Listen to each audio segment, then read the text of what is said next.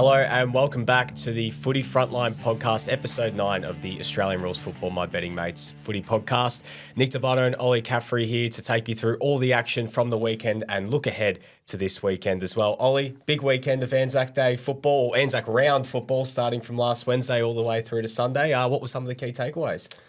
Some really great games and none better than Anzac Day blockbuster itself. Collingwood and Essendon coming down to the wire with an absolute classic match. A draw in the end, going right back to the 1995 game, the original Collingwood versus Essendon game. So that will go down as one of the best home and away games in recent times, in my opinion. So, yeah, some great games overall. And the ladder's starting to take shape now with all the teams on equal amount of games played. So, yeah, about 7 games in. So we're really starting to see where the ladder's at.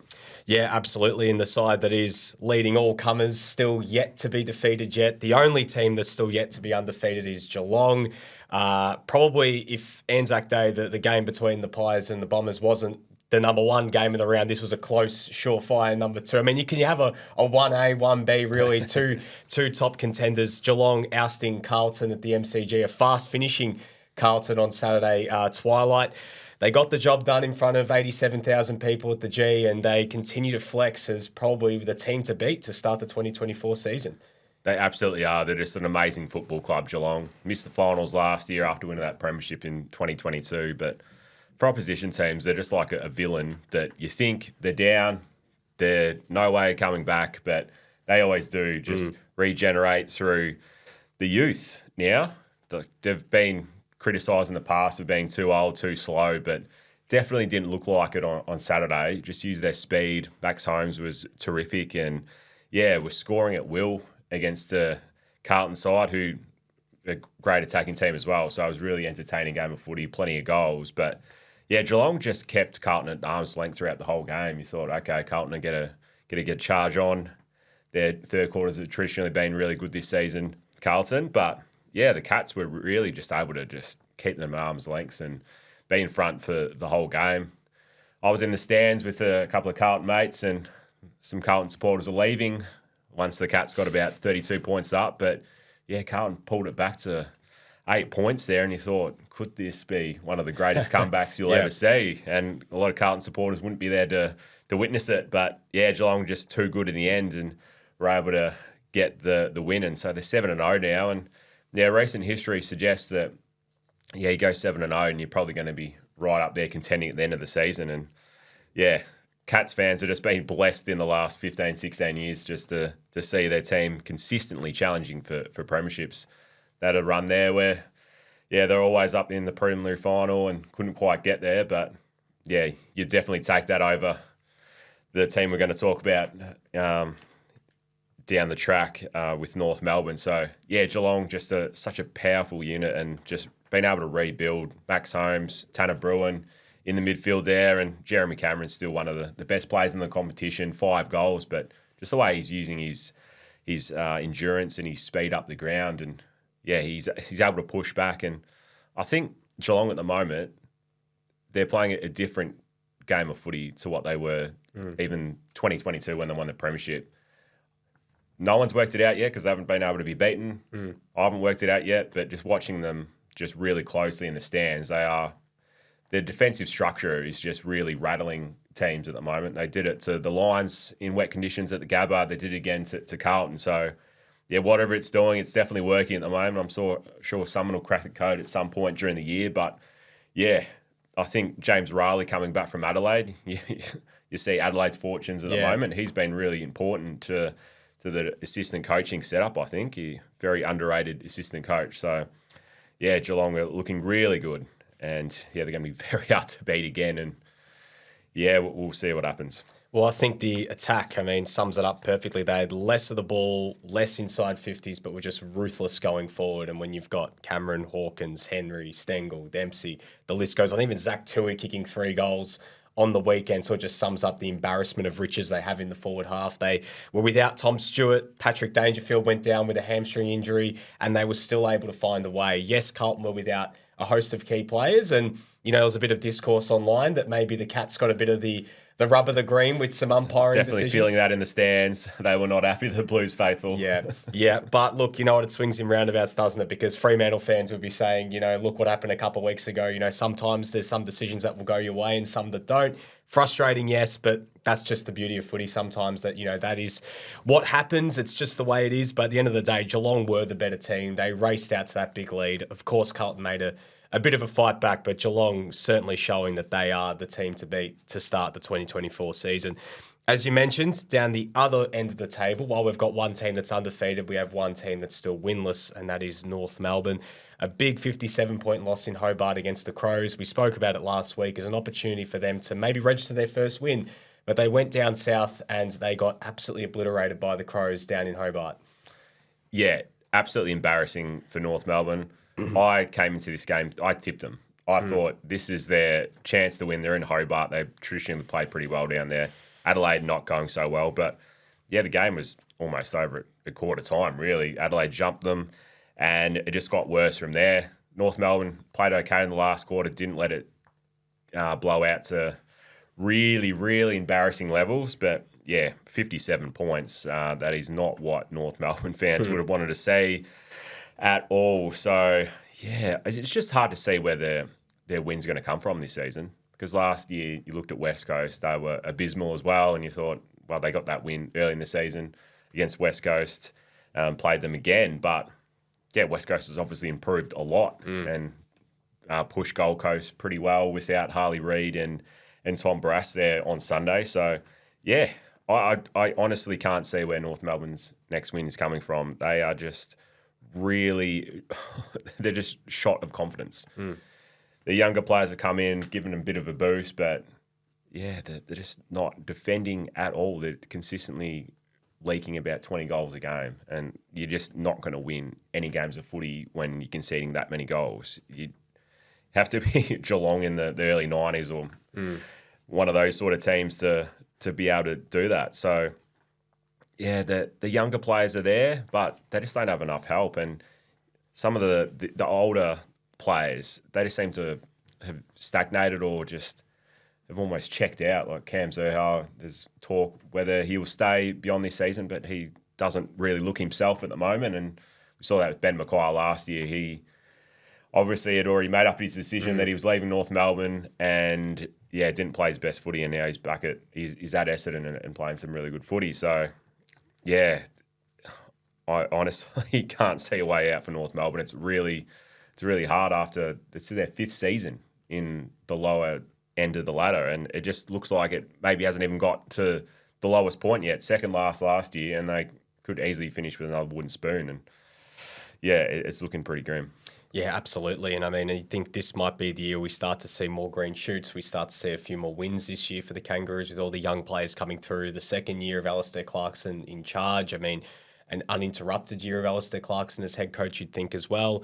But the last two games have played teams. They played a winless Hawthorn team heading into that game. They played a team in Adelaide who had only won one game. Yes, they've been improved over the last fortnight, but when you're playing in Hobart, a place that they've prided themselves on being able to get results and be really competitive, they were just nowhere near it. I mean, Nick Larkey wasn't able to impose himself on the game whatsoever. Mark Keane played him brilliantly all game. And this is an Adelaide team with a depleted defence that are trying to just patch together what they can, and they were just not able to exert their will. So as much as there was issues in defence, which we've spoken about, in attack, they've got very similar problems at the moment. They have a forward who's kicked over 70 goals. So, that doesn't help when he's not able to have his usual output.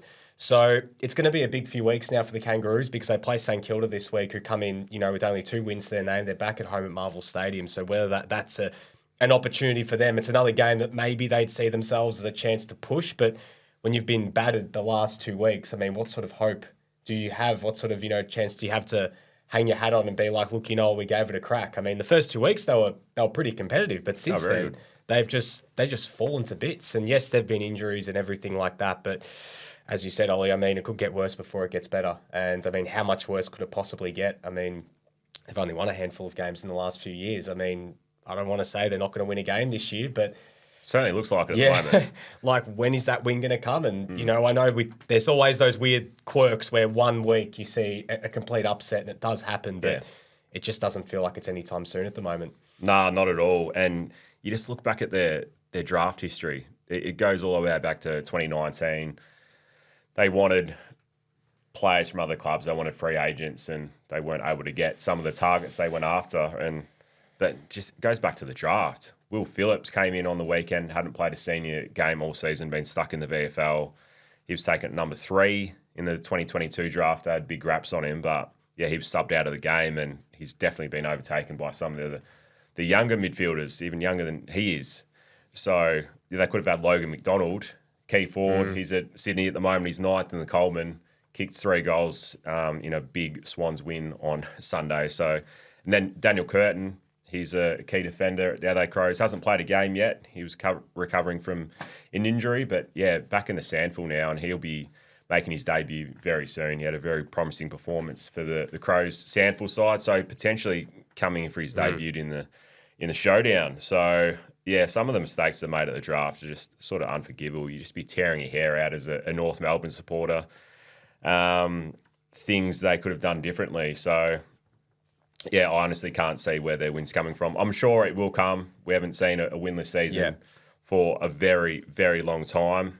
We thought probably at the start of the season West Coast might not win a game for the whole season. They were looking terrible, but yeah, they've lifted. So yeah, hopefully for North Melbourne supporters there will be some sort of lift, but yeah, it would just be really hard to be as a supporter of that club at the moment. Yeah, to see where the direction of the club. You mentioned the draft. I mean, 2 first-round picks in the last few years, not even at the club anymore. You look at Jason Horne-Francis, who requested a trade after one season back to Adelaide. That was always a high-risk move, given the background and that he always had real strong ties to home.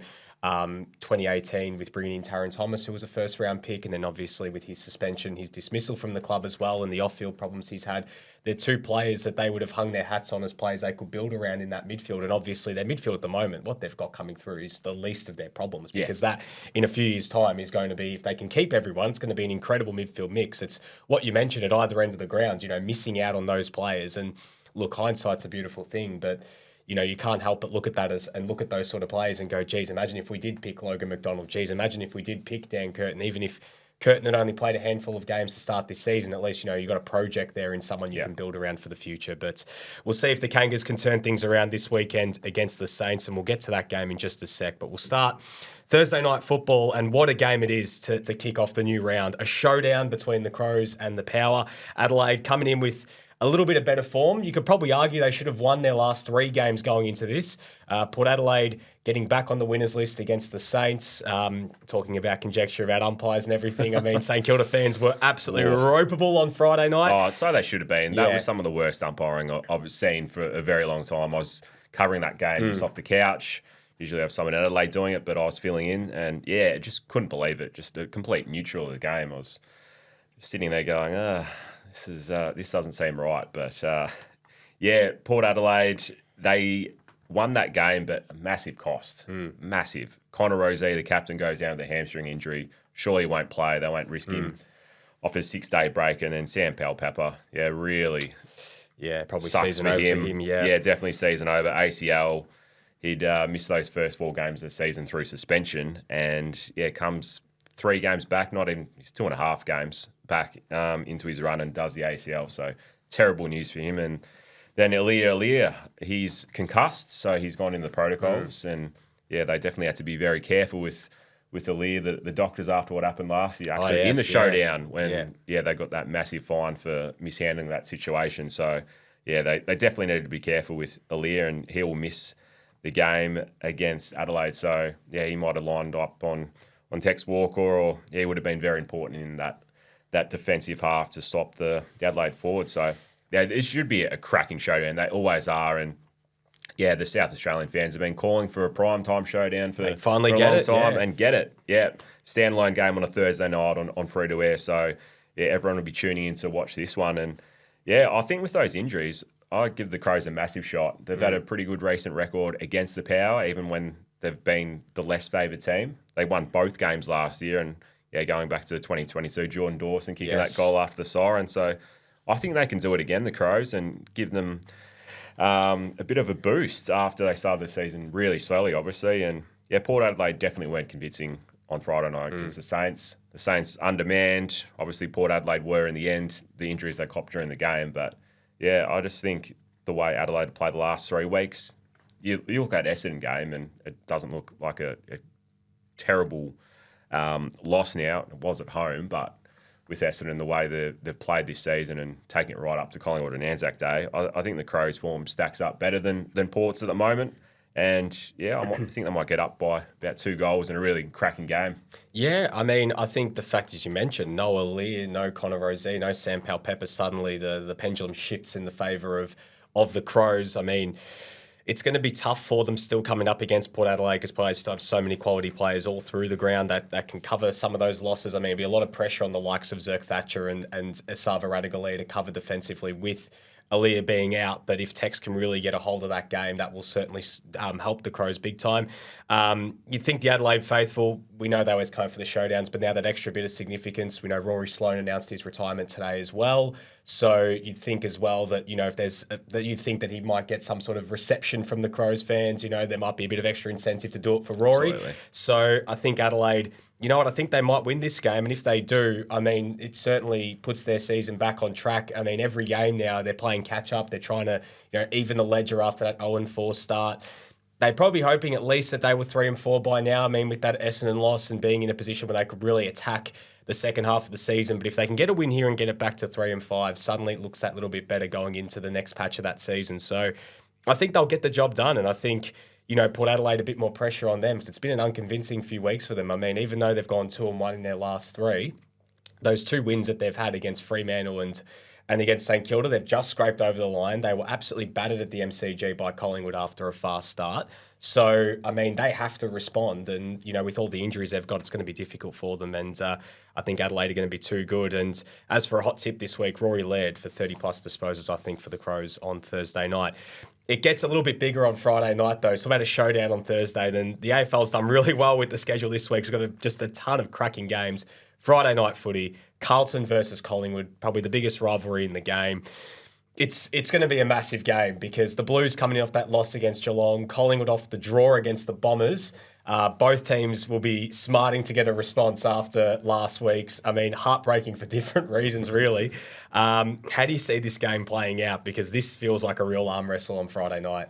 Yeah, unofficial rivalry round in the AFL this weekend. Some absolute blockbuster games. And yeah, there were 87,000 there last Saturday for Carlton Geelong. So you think 95 plus potentially on Friday night for Carlton Collingwood. Both teams firing.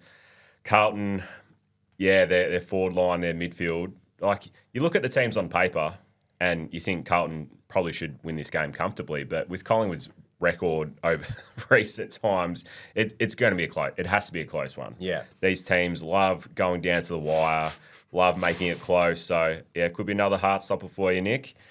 And I'll be there covering that game. So, can't wait to be in the box watching that one. And I think Carlton will get the job done. They won that game last year late. Yeah. But just the forward line, Curnow, Mackay, the midfield as well, I think they're going better at the moment. Walsh, Cripps, and then Pitnat had an absolute ripping game on Saturday. Totally dominated Reece Stanley. So if Pitnat can have another really good game, Tom De Koning going forward and kicking a couple of goals, I think Carlton should get the job done. But with Collingwood, you can never count them out. Never. They're always in a contest. And yeah, they will be smarting after drawing on Anzac Day against Essendon. Arguably both teams will be ruining their opportunities. But yeah, Brody Myercheck missing those 2 goals, not even scoring, 2 set shots and both out on the full and not even getting a point. So if one of those went through for a point, Collingwood would be winning the game. So you don't need to remind me, mate. Yeah, Carlton, I think, but just. This is going to be tough. I mean, the most glaring thing coming out of Anzac Day for Collingwood was how easily they were beaten in the middle. They decided to sub Tom Mitchell out of the game. He was quiet, but wasn't really having an impact. Still Sidebottom wasn't having an impact. They threw him in the middle. It didn't work out. Essendon's midfield really got on top of Collingwood. Yeah. And Carlton's midfield is another level compared to Essendon's. And the thing that still concerns me is these really slow starts from Collingwood is back-to-back weeks where they've shipped goals early against forward lines that are nowhere near the level of Carlton's as well. So coming up against Curnow and Mackay is going to be difficult. It all comes down, I think, to the sense to actually winning whoever wins the middle. Because if Collingwood's able to get that, it takes a lot of pressure off their defence as well. Because we've seen when teams are able to get a foothold in the midfield and play through Collingwood's press, the defence, the way they defend, can get exposed quite easily. But in saying that, Collingwood have been, from an effort perspective, a lot better in the last 3 weeks or 4 weeks at that. So you'd think that, after that Anzac Day game that they would be, really looking to, make sure that there's no repeat. You'd hate to not get at least one win against one of your rivals in the space of, just over a week. So you know what? Look, I'm going to go with my heart, and I think Collingwood bounce back in this game. I think it'll be tight. It's going to go down to the wire. Carlton have still got a few injuries as well, which, still might work in Collingwood's favour too. And I think the Pies might just edge them. I think there'll be a response in the middle. I think that I wouldn't be surprised if there might be some interesting choices at selection this week. Maybe it might be a bold call of, resting a side bottom or a Tom Mitchell. They've done it already once this season. I wonder if maybe they'll do it again and maybe throw a youngster like Finn McRae, who's been playing really well in the VFL. Harvey Harrison came on as the sub on Thursday and was really impressive. Maybe an opportunity for him. So it'll be interesting to see how both teams manage it, but Carlton coming in as well off a shorter break might actually suit Collingwood. 2 days extra break for the Pies. Carlton playing such an emotionally sapping game against Geelong where they really had to go late. So maybe that will work in Collingwood's favour. Maybe I'm just trying to talk myself into a Collingwood win, but I'm going to back in the Pies for this game. And I think Brodie Myercheck, despite those misses, he was brilliant on Thursday. He was a bit wayward with his radars we've spoken about, but he still kicked 3 goals. He was everywhere on the day. He's been really just holding down the fort in that forward line with a rotating door of options around him, with Dan McStay missing, and I think he'll kick multiple goals again on Friday night. Saturday, another cracker at the SCG. Saturday afternoon footy between the Swans and the Giants, the first Sydney Battle of the Bridge, Sydney Derby. What are we calling it now? I mean, it feels like we're getting a different moniker every time. This is a big one. 2 sides who are flexing as 2 of the flag favourites this year. GWS convincingly dismantling Brisbane in Canberra, and Sydney just getting the job done against Hawthorn, just way too strong on Sunday night. I mean, how do you see this one playing out? Because we could see this meeting again come the end of the season. We absolutely could. 2nd v3 on the ladder for this one, and they've already met 3 times in finals. GWS only been in the comp for 12, 13 seasons, and they've already played in finals 3 times and could make it 4 by the end of the season. Both teams absolutely firing, and these rivalry games, they've delivered in the past. And often it's 50-50, especially being the SCG. But, often in the past, the underdog sort of got up in this one. But, the Swans coming off a 6-day break. The Giants have a luxury of the 9-day break. So I reckon that might actually be the deciding factor in tipping for this one. Just the Giants, they responded really well from their first loss of the season, even though Toby Green wasn't there. They absolutely, like you said, dismantled the Lions. Their speed, some of those teenage jockeys, I'm going to call them. They're under 175 centimetres and just so quick. And, just cut the Lions up with their ball movement. So, the Swans just completely destroyed Hawthorn, and predictably so. You thought Hawthorn might have given them a bit more of a challenge, given Hawthorn's pretty good record against the better sides up the top of the ladder in recent times. But, the Swans just were on from the start and were ruthless. Their biggest win at the MCG since 1997. So, took full advantage of that and a bit of percentage boost that getting them up into 2nd on the ladder. Same amount of wins as the Giants, but their percentage is better. So, Isaac Heaney again. He is just having an extraordinary season. He'd be winning the Brownlow. He's straight to head in the Coaches Award. So, again, he probably was shaded early by Errol Goulden, but I think the 3 goals and, 23, 24 possessions, probably getting him the 3 Brownlow votes again.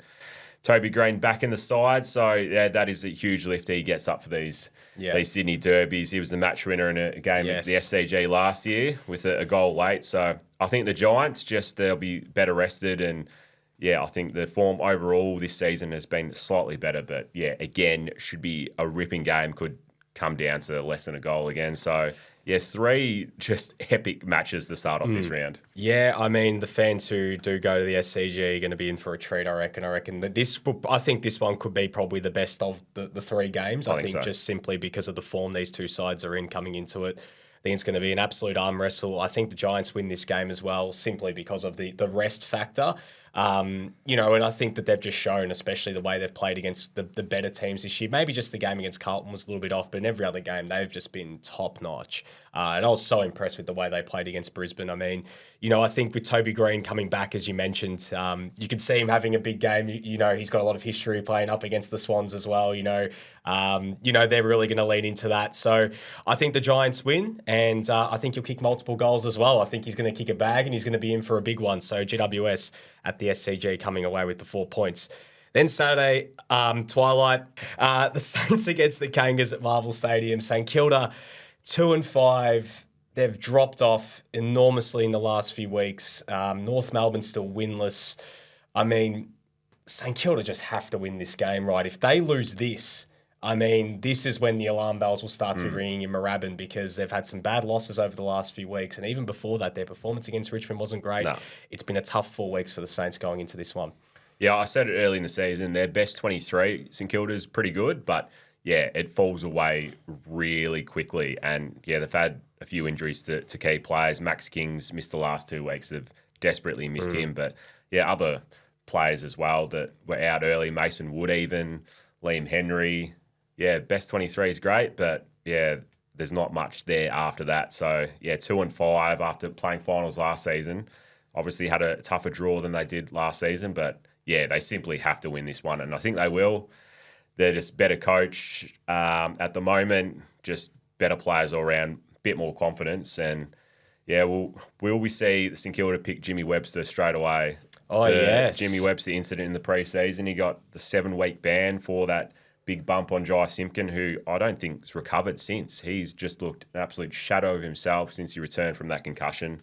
Just not the same player he was at the moment. I don't know if that's anything to do with the concussion he suffered, or he's just simply out of form, out of confidence. So, yeah, St Kilda just will get the job done. Probably Max King comes back in, and yeah, North Melbourne, as we've talked about so many times over this season, they just don't have any proper key defensive options up there. So Max King, if he comes back in, could just run right, kick a bag, and I think the Saints by about 5 goals. Yeah, I think St Kilda win this game quite convincingly. I mean, they have to bounce back. They really do. If you're North Melbourne, you just want to see some sort of fight. I mean, I think if you're North Melbourne fans who are still getting out there every single week, you're still braving it at the moment. It'd be so difficult, I think, to be a Kangas supporter at the moment, just to all these years of pain. I mean, you need something to hang your hat on, and this is a game where they've got to show something. But I think St Kilda fans as well, they'd be desperate to see a result. They need to start winning games. They've got a run coming up of games where they can really start to turn their season around. They go to Tassie next to play Hawthorn. So these next 2 games are so crucial if they want to play finals this year. But being 2-5, I mean, they're behind the 8 ball at the moment, so they need to bounce back and they need to beat North Melbourne. I think that they will. I think Jack Steele's looking good for 25 touches. Down at the MCG on Saturday night, this is another cracking contest, Melbourne versus Geelong. Geelong we've spoken about, still undefeated. Melbourne coming in off that win against Richmond, very well rested coming into this game, having played last Wednesday.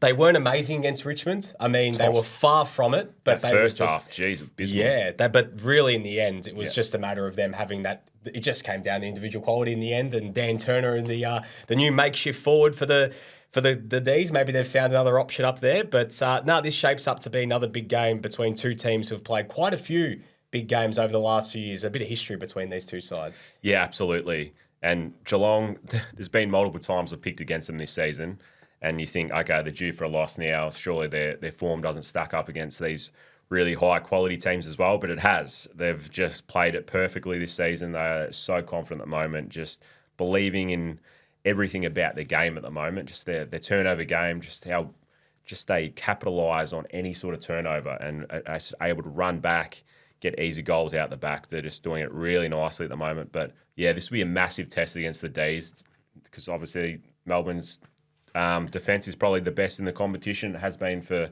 number of years now. So May and Lever will really set themselves up for this one, and yeah, will not be wanting to ship the amount of goals that other teams have against Geelong in recent times. But yeah, it should be an absolute cracker. And I'm going to tip Melbourne, but obviously Geelong could make it 8 in a row and continue on their winning ways. But Yeah, Melbourne, I think at the MCG especially, they might just get the job done in a bit of a gritty, low-scoring thriller on Saturday night, and I'll be there covering that one. So, yeah, looking forward to that one too.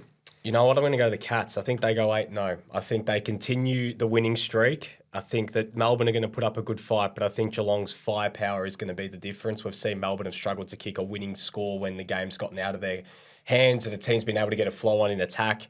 If Geelong are able to essentially kick 90 points, it could be enough. Melbourne have showed this year that they've been unable to, match it in sort of those shootout sort of contests when teams have been able to blitz them and get on top of their defence. They've been really, really, just haven't been there. And I mean, Geelong's forward line is probably the toughest proposition to come up against at the moment, with the way that all those forwards are playing right now. And I think they're just going to be too strong. And I think Jeremy Cameron, who has really rediscovered some of his best form as of late, is going to get off the chain a little bit and kick a bag. So I think that the Cats come away with the win on Saturday night. The other game on Saturday night over in the West, the Eagles against the Bombers. A few weeks ago, I would have been firmly Essendon are going to win this game comfortably. But even though West Coast lost last week, as you mentioned, they've been a lot more competitive, even without Harley Reid. But the great man makes his return this week to Optus Stadium. I'm sure you get a hero's welcome for that game as well. This isn't as, I think, straightforward as it once was. I think the Eagles could give the Bombers a real red-hot crack on Saturday night. Yeah, massive danger game for Essendon, and Bombers fans would be really nervous because this is a game in the past they would have dropped for sure. They did a couple of years ago, I'm pretty sure. Yeah, 2022, that was one of West Coast, I think, 3 wins for the season. They went over there and got the job done. And yeah, West Coast have been very competitive in the last month. They've gone 2-2, but yeah, starting off with that Sydney game and gather round, since then, they've been a far better team. Some of those more experienced players have just discovered some form again, discovered some confidence, and yeah, went across to Gold Coast and were really competitive in that first half, especially. Got blown away in the third quarter a bit, and that's where the game was won. But yeah, winning at half time, they looked probably the better side in the first half. So I think Essendon, especially with that long trip back for West Coast, the 6-day break, so interesting to see how some of those older players respond after the big week of travel. But the Eagles are used to it. They do it every second week, essentially. So I think Essendon, if they're serious about playing finals, they're not dropping this one, even though it is on the road. So, yeah, but it'll be a danger game. It could get nervy for Bomber supporters. So maybe 2 or 3 goals for the Bombers. Oh. I think West Coast are going to push them. I think they're going to push them all the way, but I think Essendon are going to win by a couple goals. I think West Coast are really going to be up for this game. I think, as you mentioned, despite the travel, they're used to this. I think the fact that they've rested a few players for this, including Harley Reid, I think they're really going to push Essendon all the way. This has all the hallmarks of a West Coast win. Yeah. I mean, as you mentioned, not only is it for Essendon to shrug off the moniker of, can they play finals? Shrug off the moniker of them dropping these sort of games because this is even Bombers fans, I think, will be feeling a bit nervous about this because this would be the most Essendon losses possible if they lost. They've done this so many times where they've gone on the road or they've played a team at home. I mean, they played West Coast last year at Marvel and they almost lost that one. They only won by a couple goals in the end. I think it was less. It was single digits. I think they literally won it in the last couple of minutes. I think they just kicked 2 late goals and won. But so this has been a bit of a bogey fixture for the Bombers ever since West Coast have sort of fallen off in the last few years. But I just think Essendon, they'll just sneak over the line and beat West Coast in this one. And but I still think Harley Reid's going to have an impact. I think 25 plus disposals and another big game for him after a week off, and he's going to be rested and refreshed for that one. On Sunday, first game of the day, Richmond versus Fremantle at the MCG. The Tigers, 1 win to their name, still been very competitive despite all the absentees. Take on a Dockers side who they got what they needed to respond. They did at home against the Bulldogs. They got a win. If Fremantle, similar thing, they're serious about playing finals this year, they've just got to deal with Richmond on Sunday.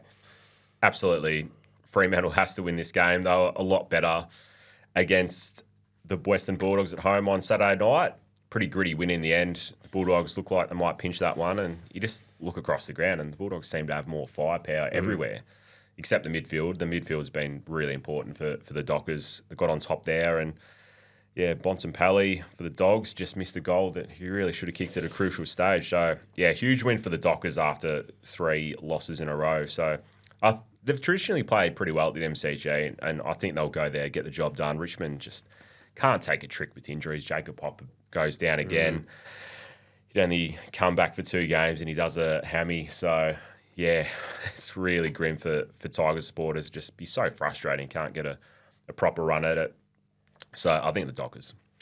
I think Richmond will be up for this at the G because I think this was in Perth. I think it'd be simple as just tipping Fremantle to win this one big. But I think Richmond at the MCG will give them a red hot crack. As much as Fremantle have been improved on the road as in the last year or so, I still think that Richmond's going to push them. But I think that in the end it will come down to the fact that Richmond just do not have a forward line at the moment that is good enough right now with the players they've got out to be able to kick a winning score.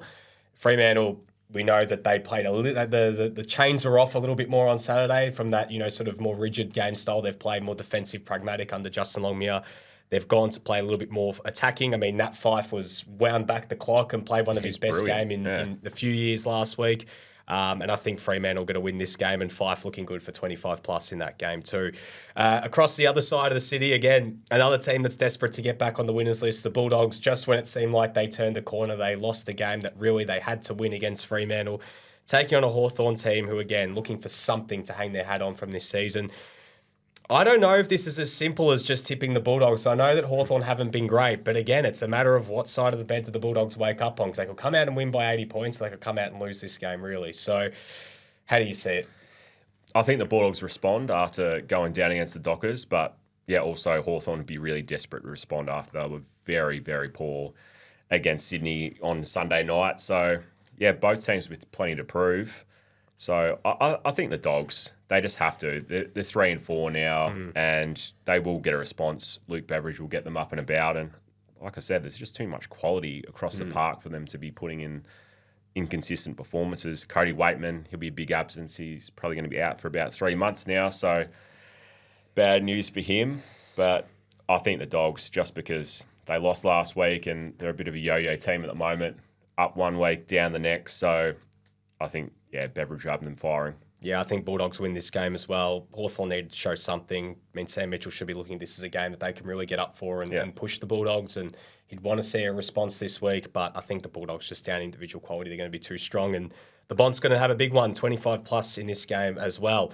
Now, the big one on Sunday night, these games in the past haven't always been, the most exciting rivalries due to the one-sided nature of it, but now things are a bit different. Brisbane versus Gold Coast at the Gabba, the first Q clash of the year, a 7:10 time slot as well, Sunday night. I mean, just when we thought Brisbane had turned the corner, it was a dismal performance in Canberra for them against the Giants. Gold Coast getting up for the game last week and beating West Coast. It's technically a road game. They haven't been great on the road, Gold Coast. I mean, how does this one play out? 'Cause it feels like this has to be a response from Brisbane against the Gold Coast team, who have been very good at home, but not so good away from home this year. Oh, there has to be a response, and it'd be really concerning if there isn't. There was a lot of heat on them heading into that Melbourne game, and they got the job done. So I think it could be something similar. It was a dreadful performance against GWS, especially in that second half. Didn't even look like it. Probably threw in the towel a bit. That's what it seemed. But they were coming off a 5-day break. The Giants were coming off a 5-day break as well. But I think the game in the wet, the grueling conditions, it might have had an impact. And when you're low on confidence, you haven't had the best start to the season, things can really get harder than it seems. So the Lions just simply have to respond. 2-5 now. It's already looking pretty dicey this season. And if they lose here, it's done. Like, the season is absolutely done. They're not making finals. They're looking probably at a review, and there'd be actually a bit of trouble on Chris Fagan, I think. Just the way they've utilised that coaching box. You look at the assistants at other contenders in the competition, and he just doesn't have the intelligence there in the assistant coaching box compared to other teams. I was looking through GWS, Sydney, Collingwood, Carlton. They didn't replace some of the assistant coaches they lost at the end of last season. And when Chris Fagan is known as a man manager, he's not a tactician. You need to have that tactical advice around you, and they just look really devoid of options at the moment. They don't look like there's any sort of plan B. So I think the Suns are going to really get themselves up for this game. They broke the hoodoo and end of last season at People First Stadium. I think they'd lost maybe 10 or 11 in a row against the Lions and were able to turn the tables. But I think back at the Gabba, even though they've gone 0-3 there this season, the Lions. So rare. I think they will get the job done because there simply has to. The Heat will just go to another level if they drop against the Suns and go to 2-6. Yeah, I think Brisbane win this game, but it's going to be a grueling contest because, by the same token, Damien Hardwick would love to get the first win in the Q Clash as just to have that notch on his belt to be able to say I'm 1-1 in that and get the upper hand on Chris Fagan as well in that rivalry, and especially for the Suns fan base to be able to now start to stamp themselves as we want to be the team in Queensland. We want to be the top dogs. They've been, the little brother for so long. Now they might have a chance to really establish that. But I do think Brisbane are going to be too strong in this game. There has to be a response at the Gabba. You'd think there'll be a big crowd there as well getting behind them. If they don't win this, as you said, it's all but over. Season's done. Win that, they might be able to find some momentum. But we've said that already against Brisbane after 2 wins in a row. Then they've had 2 pretty stinging defeats in a row against contenders. So we'll see if they're able to turn the tide this week. That's all for today's show on the Footy Frontline podcast. We'll be back next week to review all the round 8 action and look ahead to round 9. Thank you very much again, Ollie, for joining me. Thank you. Looking forward to another big weekend, rivalry weekend. Enjoy the weekend of footy, guys.